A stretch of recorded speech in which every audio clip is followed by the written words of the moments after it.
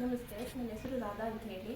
ಮದ್ದೂರು ತಾಲೂಕು ಲಕ್ಷ್ಮೇಗೌಡನಹಳ್ಳಿ ಗ್ರಾಮದ ಮಹಿಳೆ ನಾನು ಮೊದಲು ಎಣ್ಣೆನ ನಾವು ಸನ್ಪ್ಯೂರಿನ ಅಂಗಡಿಯಿಂದ ಕೊಂಡ್ಕೊತಿದ್ವಿ.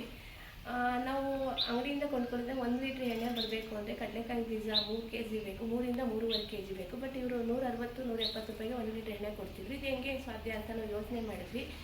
ಮತ್ತು ನಾವು ಏನು ಮಾಡಿದ್ವಿ, ನಮ್ಮಲ್ಲೇ ಕೊಬ್ಬರಿಕಾಯಿನ ತೊಗೊಂಡೋಗಿ ಪಕ್ಕದ ಸಿಟಿಗೆ ಹೋಗಿ ಅದನ್ನು ಹಾಕ್ಕೊಂಡು ಮಾಡಿದ್ವಿ. ತುಂಬ ಚೆನ್ನಾಗಿತ್ತು. ಮತ್ತು ನಾವು ಇದನ್ನು ಏನಾದರೂ ನಾವೇ ಒಂದು ಮಾಡಬೇಕು ಅಂತ ಅಂದ್ಕೊಂಡಾಗ ನಾವು ಕೃಷಿ ಇಲಾಖೆಗೆ ಭೇಟಿ ಮಾಡಿದ್ವಿ. ಕೃಷಿ ಇಲಾಖೆಗೆ ಭೇಟಿ ಮಾಡಿದಾಗ ಅವರು PMFME ಯೋಜನೆ ಇದೆ, ಅದ್ರ ಮೂಲಕ ನೀವು ಫುಡ್ ಪ್ರೊಸೆಸ್ ಮಾಡ್ಬೋದು ಅಂತ ಹೇಳಿದ್ರು. ಆವಾಗ ನಾವು ಎಣ್ಣೆಗಾಣ ಮಾಡಬೇಕು ಅಂತ ಡಿಸೈಡ್ ಮಾಡಿ ನಮ್ಮ ಅದಿನಲ್ಲಿ ಎಣ್ಣೆಗಾಣನ ಮಾಡಿದ್ವಿ. PMFME ಯೋಜನೆಯಲ್ಲಿ ನಾವು ಲೋನ್ ತೊಗೊಂಡು ಈ ಗಾಣನ ಶುರು ಮಾಡಿದ್ವಿ. ಸುತ್ತಮುತ್ತ ಹಳ್ಳಿಯಿಂದ ರೈತರಿಗೂ ಸುಧಾ ಇದು ಉಪಯೋಗ ಆಗಿದೆ. ಇದೇ ಥರ ಫುಡ್ ಪ್ರೊಸೆಸ್ಗೆ PMFME ಯೋಜನೆಯಲ್ಲಿ ತುಂಬ ಸಬ್ಸಿಡಿ 50% ಸಬ್ಸಿಡಿನಲ್ಲಿ ಲೋನ್ ಕೊಡ್ತಾ ಇದ್ದಾರೆ. ಎಲ್ಲ ರೈತರು ಮಾಡುವಂಥ ಉದ್ಯಮಿಗಳು ಈ ಯೋಜನೆನ ಬಳಸ್ಕೊಳ್ಳಿ ಅಂತ ಈ ಮೂಲಕ ಕೇಳ್ಕೊತಾರೆ.